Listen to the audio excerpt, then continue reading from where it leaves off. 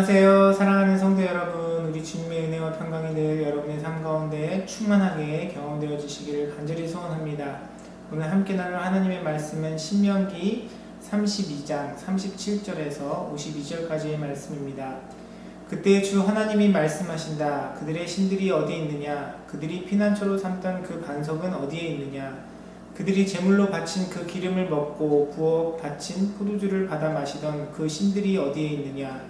그들이 일어나 너희를 돕게 하고 그들이 너희의 피난처가 되게 하여라. 그러나 이제는 알아라. 나 오직 나만이 하나님이다. 나밖에는 다른 신이 없다. 나는 죽게도 하고 살게도 한다. 나는 상하게도 하고 낫게도 한다. 아무도 내가 하는 일을 막지 못한다. 내가 하늘로 손을 들고 내가 나의 영원한 삶을 두고 맹세한다. 나는 나의 칼을 날카롭게 갈아서 내 손으로 재판을 주관하며 내 원수들에게 보복할 것이다.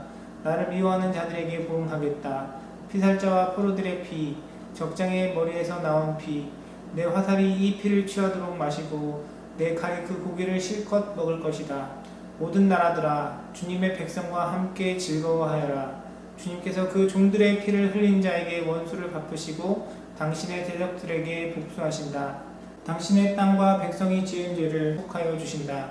모세는 눈의 아들 여호수아와 함께 가서 백성에게 이 노래를 모두 다 들려주었다. 모세가 이 모든 말을 온 이스라엘 사람에게 한 뒤에 그들에게 말하였다. 오늘 내가 당신들에게 증언한 모든 말을 당신들은 마음에 간직해 두고 자녀에게 가르쳐 이 율법의 모든 말씀을 지키게 하십시오. 율법은 단지 빈말이 아니라 바로 당신들의 생명입니다. 이 말씀을 순종하십시오.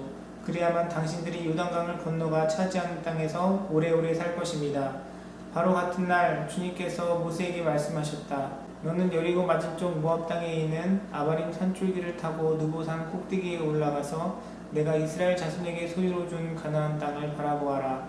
너의 형 아론이 호르산에서 죽어 백성에게로 돌아간 것 같이 너도 내가 오른 이 산에서 죽어서 조상에게로 돌아갈 것이다. 이는 내가 신 광야에 있는 가데스의 무리바 샘에서 물이 터질 때에 이스라엘 자손이 보는 데서 믿음 없는 행동을 하고 이스라엘 자손에게 나의 거룩함을 나타내지 않았기 때문이다. 너는 내가 이스라엘 자손에게 주는 저 땅을 눈으로 바라보기만 하고 그리로 들어가지는 못할 것이다. 오늘 본문 말씀에는 여러 가지 많은 내용들을 담고 있는데요. 특별히 그 중에서 51절 말씀을 중심으로 모세는 왜 가나안 땅에 들어가지 못했나, 이런 주제로 함께 말씀을 나눠보기를 원합니다. 먼저 모세라는 인물에 대해서 한번 살펴보기를 원합니다. 모세는 어떤 사람이었습니까? 모세는 이스라엘 백성들을 이집트의 노예 생활로부터 해방시키고 약속의 땅 가나안으로 인도해낸 위대한 지도자입니다. 그리스도인들이 아니더라도 모세라는 인물에 대해 많은 사람들이 알고 있을 것입니다. 모세를 주제로 한 영화도 많이 나왔고 리더십에 대한 연구에 있어서 모세는 빠지지 않고 등장하는 인물입니다. 그런데 오늘 본문 말씀에 보면 이스라엘을 이집트에서 인도해낸 모세는 정작 가나안 땅에 들어가지 못할 것이라고 하나님께서 말씀하십니다. 그리고 그 이유에 대해서 51절 말씀에 다음과 같이 기록하고 있습니다. 이는 내가 신 광야에 있는 가데스의 무리바 샘에서 물이 터질 때에 이스라엘 자손이 보는 데서 믿음 없는 행동을 하고 이스라엘 자손에게 나의 거룩함을 나타내지 않았기 때문이다. 하나님께서는 모세가 가나안 땅에 들어가지 못하는 이유에 대해서 무리바 샘에서 있었던 일을 언급하십니다. 이스라엘 백성들이 신 광야에 이르렀을 때에 광야 생활 중에 목이 마르고 지친 백성들이 모세와 아론에게 찾아와서 불만불평을 하게 됩니다. 아유, 차라리 죽는 게 낫지. 어쩌자고 이집트에서 끌어내가지고 이 고약한 광야로 끌고 와서 이 생고생을 시키는 겁니까? 무화과도 없고 포도도 없고 석류도 없고 마실 물도 없잖아요. 이렇게 불만불평하는 겁니다. 그런데 하나님께서 모세에게 명령하십니다. 지팡이를 들고 백성들을 모아 그들이 보는 앞에서 바위에게 명령을 해라. 그러면 바위가 물을 내어 이스라엘 백성들을 먹이고 또 그들이 가축을 먹일 것이다. 이렇게 말씀하십니다. 그래서 모세는 하나님의 명령대로 지팡이를 집어들고 서서 다음과 같이 행동을 합니다. 민수기 20장 10절과 11절의 말씀입니다. 모세와 아론은 총회를 바위 앞에 불러 모았다. 모세가 그들에게 말하였다. 반역자들은 들으시오. 우리가 이 바위에서 당신들이 마실 물을 나오게 하리요? 모세는 팔을 높이 들고 그의 지팡이로 바위를 2번 쳤다. 그랬더니 많은 물이 솟아나왔고 회중과 그들의 가축대가 마셨다. 민수기에서 기록하고 있는 그 무리바 셈에서의 사건을 보면 모세가 화가 많이 난 것 같습니다. 백성들을 향해서 반역자들은 들으시오! 이렇게 말을 시작합니다. 성경은 점잖게 기록하고 있지만 내가 너희 같은 인간들을 위해서 물을 나오게 해야 돼? 나한테 물이라도 맡겨놨어? 뭐 이렇게 얘기하는 것 같습니다. 성경에 성질을 부렸다는 말은 없지만 화가 나서 바위를 2번 친 것 같아요. 그래도 하나님은 그곳에서 물을 내셨습니다. 그런데 모세의 이런 행동에 대해서 하나님께서는 다음과 같이 말씀하십니다. 민수기 20장 12절의 말씀입니다. 주님께서 모세와 아론에게 말씀하셨다. 너희는 이스라엘 자손이 보는 앞에서 나의 거룩함을 나타낼 만큼 나를 신뢰하지 않았다. 그러므로 너희는 내가 이 총회에게 주기로 한 그 땅으로 그들을 데리고 가지 못할 것이다. 이 사건은 모세와 아론이 약속의 땅 가나안에 들어가지 못할 것에 대해 이야기하고 있습니다. 그 이유에 대해서 하나님의 거룩함을 나타낼 만큼 하나님을 신뢰하지 않았다라고 민수기 말씀은 이야기합니다. 오늘 신명기의 말씀도 비슷한 이야기를 합니다. 51절의 말씀을 다시 한번 읽겠습니다. 이는 내가 신 광야에 있는 가데스의 무리바셈에서 물이 터질 때에 이스라엘 자손이 보는 데서 믿음 없는 행동을 하고 이스라엘 자손에게 나의 거룩함을 나타내지 않았기 때문이다. 51절의 말씀은 모세가 가나안 땅에 들어가지 못하는 이유가 그가 믿음 없는 행동을 했고 그리고 하나님의 거룩함을 나타내지 않았기 때문이라고 이야기하고 있습니다. 민수기 20장은 모세가 무리바셈에서 한 행동을 잘 묘사하고 있습니다. 모세는 하나님께서 그냥 바위에게 명령하라고 하셨는데 바위를 2번 내리쳤고요. 그리고 하나님께서 인도하라고 맡기신 백성들에게 반역자들아 하면서 이렇게 막말을 했습니다. 그리고 또 본문 말씀의 내용을 잘 살펴보면 모세의 그런 분노 그런 것들을 우리가 엿볼 수 있습니다. 모세의 행동에 있어서 여러 가지 많은 문제점들을 찾을 수 있어요. 그런데 성경은 정확하게 어떤 포인트, 어떤 행동이 문제였다라고 이야기하고 있지 않습니다. 말씀은 그의 믿음 없는 행동, 그의 전반적인 태도에 문제가 있었다라고 지적합니다.